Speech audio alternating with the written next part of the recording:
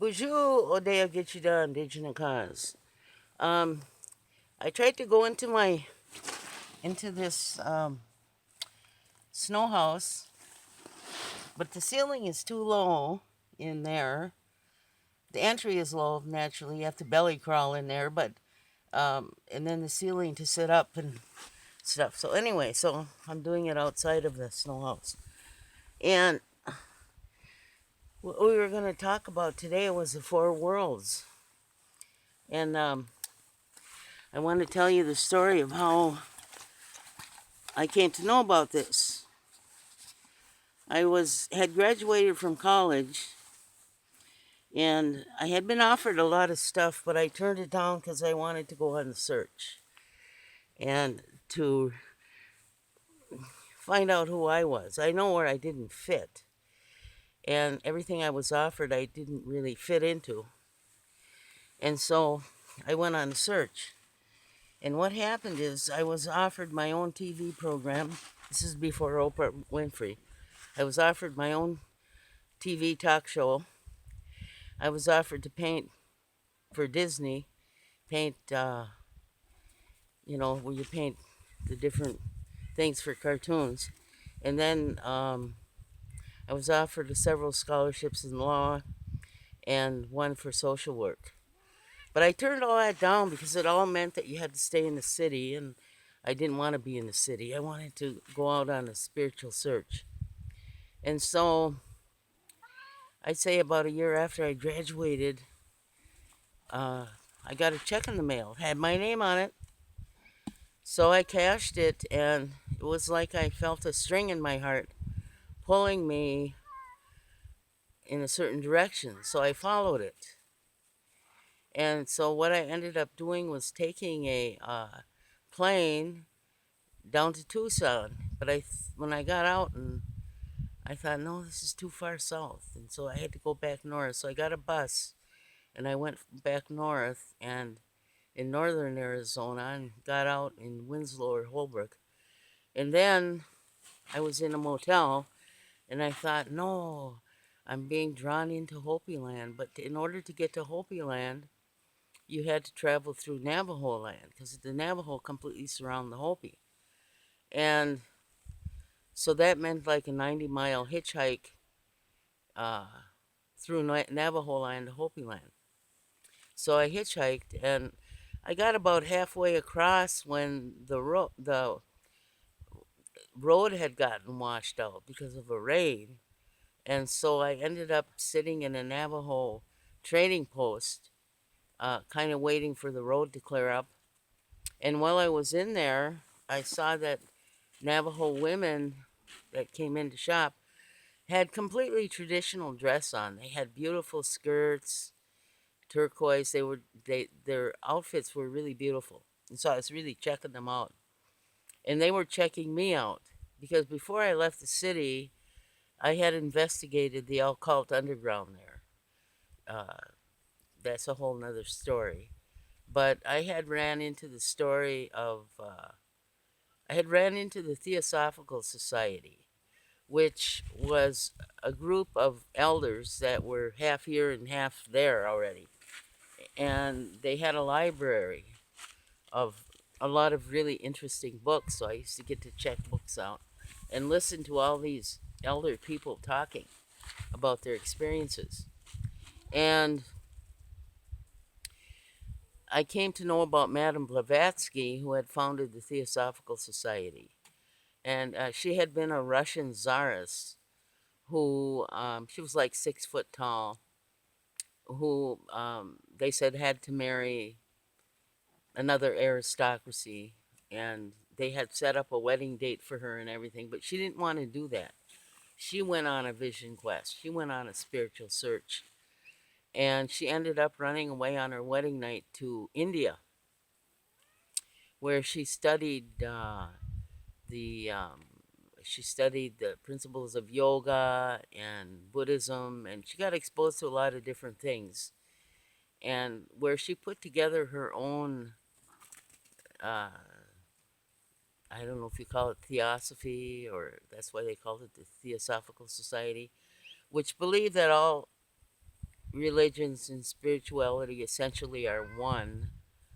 They agree on major things, and that the best practices for white people, being how they are for the Caucasian people, would be the system of yoga used in India. That was her conclusion. But essentially, she more or less believed that all spiritualities lead to the same place. And so she founded a society called the Theosophical Society, and had this was like in the 1800s, and had a lot of people that belonged to it. Well, this group that I ran into in the cities, they were all old, and I mean, they were in their 70s and 80s, and they had been followers of the Theosophical Society and Madame Blavatsky. And Madame Blavatsky wrote really esoteric books, and she was believed to be some kind of a genius, spiritual genius. Anyway, so um, she smoked cigars, and she wore, back in those days, everybody wore black, long black skirts and waistcoat jackets and black shoes, and that's kind of how people dressed. Anyway, so, and then she always wore a cashmere shawl from India over her outfit. And so when I went, and I looked up to her because she was an independent woman that had followed her spirit. And um, so I had in an antique shop, I had found a long black skirt. No, I made the skirt, but I found a black waistcoat from that era. And then I had a powder turquoise shawl that had embroidery on it of pine cones, and it was a beautiful embroidery of uh, kind of a light brown threads, golden threads, uh, on this beautiful powder pale turquoise shawl that was cashmere, very fine wool. And so I really liked it. So I had that, and I wore that shawl over my jacket.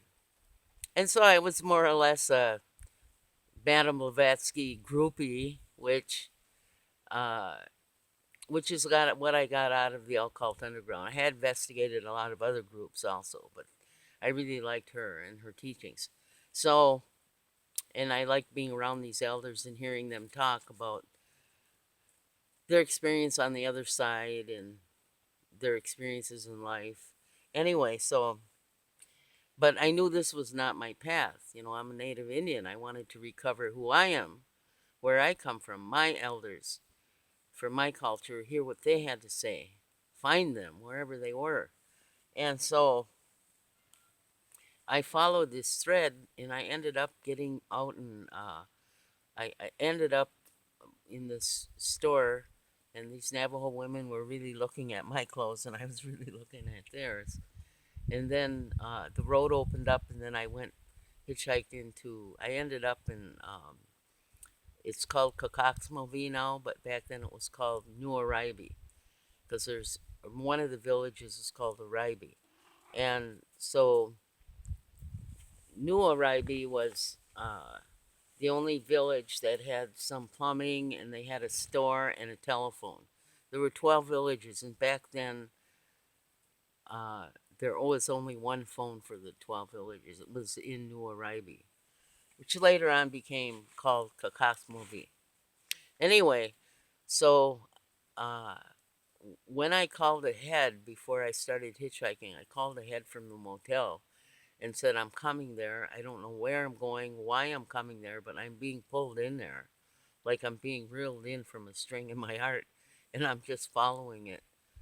And so the guy kind of laughed, and he said, well, you come here then to New Arribi. You get out there and you walk back into the village, and you'll find where I am. And he described where he was. So when I hitchhiked in there, I followed that, and I went in, walked into the village, and found the place, and then went in, and the guy looked at me and he laughed, and he said, "Oh, when you said you were coming from the north, thought you'd be dressed like an Eskimo, and the winds would come in with you. He just had this visualization, and so he said, "So you came from the north? Well, you see that old man over there?" And he was in an aisle picking out some food, and he said, "You see that old man? He came here a long time ago from the north. Why don't you talk to him?" So I said, "Okay." I was just playing it by ear because I didn't know where I was going or what was going on. I just knew I was drawn in there. And so something told me to talk loud because he was hard of hearing and to tell him my mother's name, not my dad. So I hollered real loud to him and I said, "My mother was a Bellegarde from Turtle Mountains." And he went, "Huh? What?" Like this because he's hard of hearing. So I hollered louder, "My mother was a Bellegarde from Turtle Mountains." He went, "Huh? What? What did you say?" And I said it again. I hollered again. He said, "I'm a Bellegarde. I'm a Bellegarde. I left Turtle Mountains over 30 years ago." And he looked at me and he said, "You're my niece." And he grabbed me and hugged me and all that. "You're coming home with me." And so um, I went home with him, and his had been one of the houses I passed when I first came in down the road. It was the only house that was built like a regular house. The rest of them were very ancient dwellings. Once I got into the village, they had foot thick walls of stone. They were the oldest continually inhabited buildings in Turtle Island, and thousands of generations had lived in them, passing down through the clan. But his house, even though it was built with stone like the rest of them, was a more modern house. Well, that's because he was from the outside, and he had married a Hopi woman, and she brought him home, and she had been stolen off the mesa by Mormons when she was just a little bitty girl and raised outside of Hopi land. And when she became a woman, she had really severe moon times. And but the closer she moved back to Hopi land, the better she got. Until finally they just moved right back, and then she became her moon time became normal. Well, then she brought my uncle with her, and he was like the only non-Hopi living there. They didn't allow other tribes or anything to come in there. They had to keep it, and according to their prophecies, keep it pure.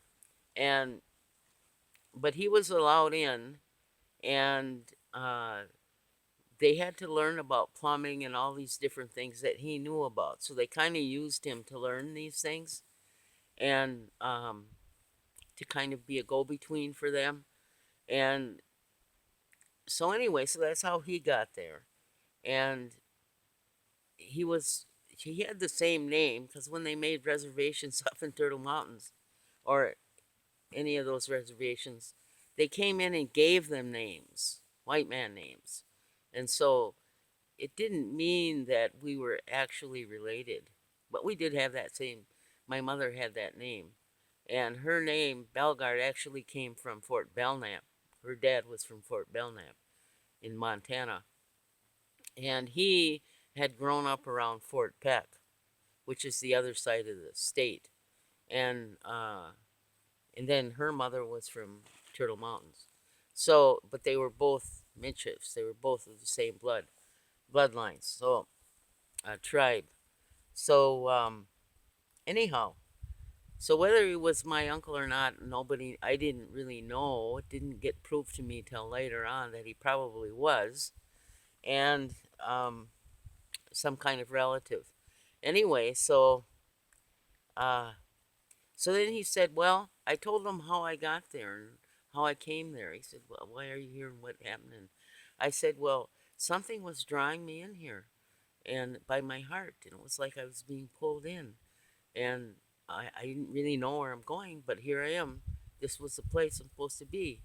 And he said, "Well, it's in the prophecy here with the Hopis that other tribes would come here and that they have to teach them." And so he said Thomas Banyenka is the Hopi messenger. He's the appointed Hopi messenger by the um, I forget what their word is, but by their chiefs, their elders. He was appointed for the Hopi to be the liaison to other tribes.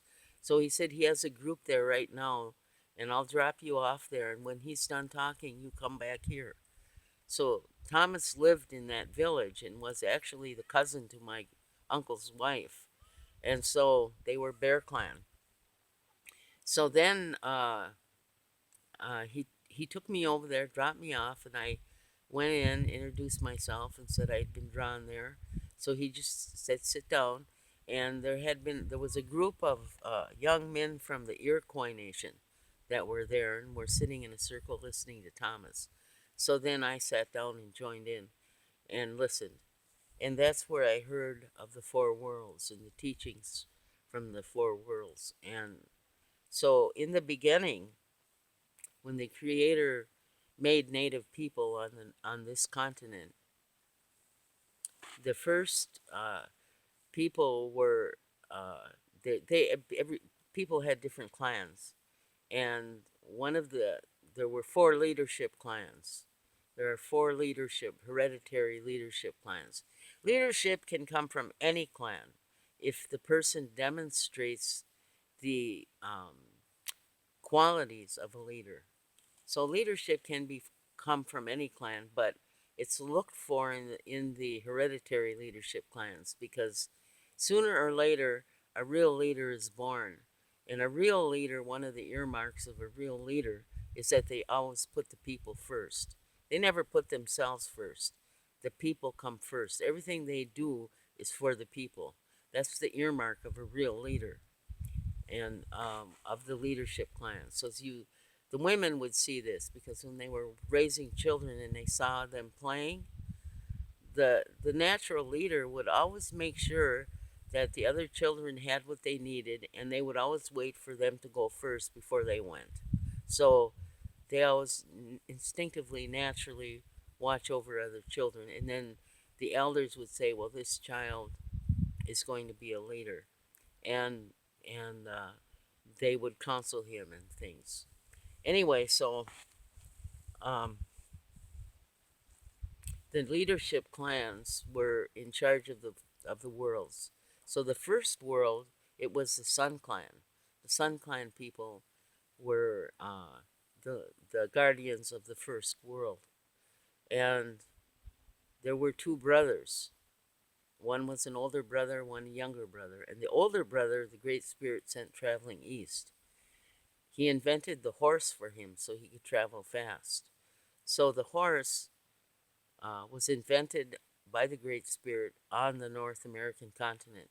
This brother was to follow the rising sun and went across the ocean, traveling east, and he went from island to island. And as they passed each island, it would drop into the sea. So, um, and those were Sun Clan people. They traveled east. They had the horse, and scientists have dug up ancient bones from this continent of little tiny ponies. So they were the beginning of the horse came from here, and they evolved out of those tiny little original horses. Anyway, so that teaching, oh wow, horses come from here, and that brother traveled east, and the younger brother stayed here to populate the North American continent. So then, North and South American continents.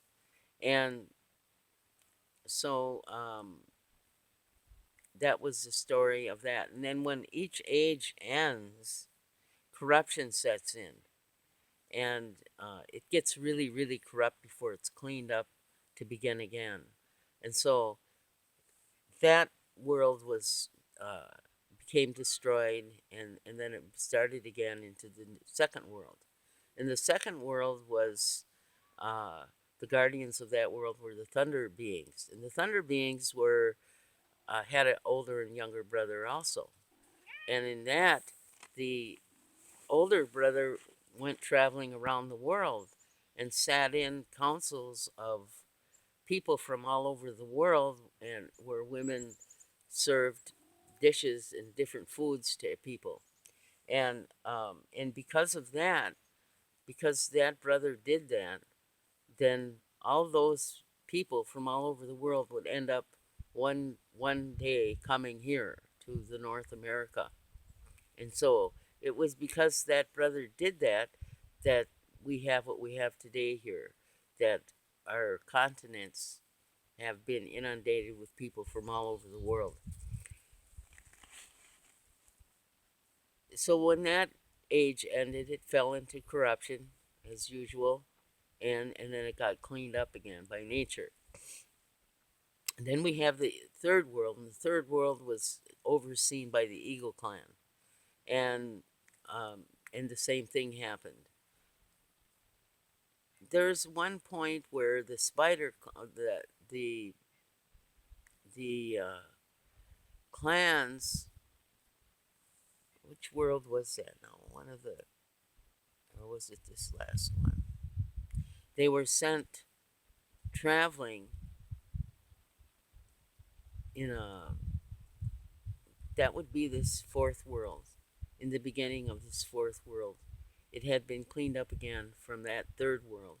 And then that was with the flood, and everybody has record of that. And there's a creation story that most tribes know. It's the same creation story that about Turtle Island and why they call it Turtle Island. And so in the fourth world, which is the Bear Clan, is guardian of that, of this world we're in now. And we're at the end of the age when it has fallen into corruption, and why you see so much corruption. And eventually it'll be purified. But this world, it was predicted that they hoped humanity would have grown enough where they can, through their own efforts, clean up this world, rather than leave it up to nature to destroy it, and then begin again with a few of the good spirits left on earth here to begin again. And they hope that at the end of this age, people would make that choice themselves and move to make it better. And I think that's what Trump is doing. Trump has come in, and this is also the end of the Piscean age and the beginning of the Aquarian age. And his chart cannot get any more Aquarian. He was born during an eclipse with Sun conjunct the planet Uranus. He has Leo rising. Leo and Aquarius are polar opposites. You cannot have one without the other because they function as a unit. They complement each other. The heart pumps the blood around, and Aquarius rules the circulation. So you're you can't have one without the other. And he's got that. He's got those earmarks, and he is working for the people. He's a true leader, and he's trying to purify it. He's trying to purify all the corruption. And this is why mainstream media hates him so much. These people that have been shown to have done very bad things are fighting him tooth and nail in Congress. And so we kind of see that picture happening here. Will humanity, will there be enough of humanity to move and clean things up and look for morals, rebuild a moral structure, rebuild their belief in the Creator, whatever discipline they're in, and be kind to other life forms, the plants, the animals. These are all life forms of the creators, and begin to rectify things that have been done wrong and purify. Well, humanity choose this. And according to one of the teachers that I met before I left the cities, it was an ancient druid. He was a white-haired old man that had been called up there. He wouldn't come into the cities. He didn't care for cities. He called people out to the countryside. And somehow I got in that group that was called out. And he gave the ancient teachings of the Druids before churchianity took over Europe. They had their own teachings and spiritual disciplines. And So he gave those teachings, and he told me that it takes at least 1/3 of humanity to change things. They can push it over, and I think we've almost got that. You've got a huge group that are afraid of change, that are opposing it no matter what, even though they don't understand what's going on. They seem to be hysterical, and they are manipulated by the evil. Many of them are young and foolish or naive. And then you have the people who have woken up and who see what's going on. They believe in Trump. They see what he's doing, and they're supporting him. And then you have a big group of people who don't vote, don't pay attention, who don't want to be bothered. So these are three groups. And so I'd say with the Trump and Trump supporters that we do have a third that want change, that want to make life better. So, but it doesn't mean they're going to do everything perfect, but they do have that desire to make it better for people. And so to me, that's very hopeful. Anything could happen. It may be that humanity will uh, decide to make these changes on their own and begin to make them, or they could fail. But I feel very optimistic about it. So uh, that's what I wanted to do, is to share these teachings that I received in Hopi Land about the four worlds, and that we are in the end of the age of the fourth world. And we're also in another cycle of the beginning of the Aquarian age. And Aquarius can be very humanitarian, or it can be the cold-blooded scientist, like the age of the robots, where if robots take control. Yeah, I could just see that. And they will have no emotion or anything. And that is the epitome of an Aquarian that has no feeling whatsoever. They're just cold-blooded. So they can either be the humanitarian that cares for people and tries to do the right thing, or they can be extremely cold. And